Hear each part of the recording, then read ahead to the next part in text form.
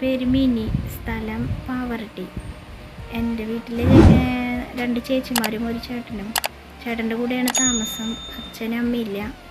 പിന്നെ ഞാൻ ദർശന ക്ലബ്ബിൽ ചേർന്നതിന് ശേഷമാണ് ഇങ്ങനെ ആദ്യമായിട്ടൊരു മത്സരത്തിന് പങ്കെടുക്കുന്നത്.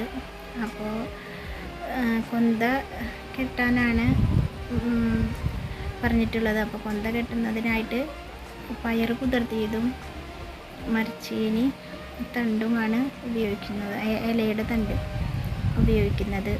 എനിക്ക് ചെറുപ്പത്തിൽ പോളിയോ ബാധിച്ചതാണ്, നടക്കാൻ ബുദ്ധിമുട്ടുണ്ട്. അങ്ങനെ ദർശന ക്ലബ്ബിൽ ചേർന്ന് ആദ്യമായി ഞാൻ ഇങ്ങനെ ഒരു പരിപാടിയിൽ പങ്കെടുക്കണം. എല്ലാവരും എന്നെ സപ്പോർട്ട് ചെയ്യണം. ഈ പരിശുദ്ധ ജപമാല കെട്ടുവാനായി ഞാൻ എടുത്തിരിക്കുന്നത്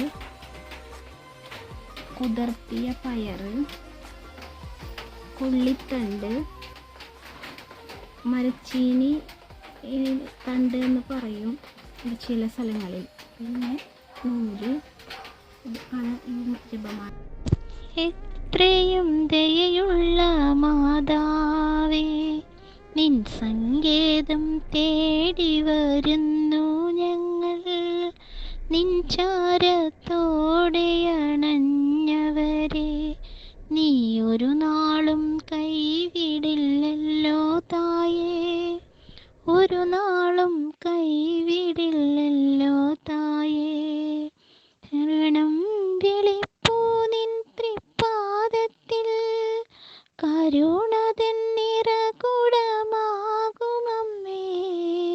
കനിവോടെ ഇവരെ നീ കാക്കണമേ, കന്യകമാരുടെ റാണി നീയേ.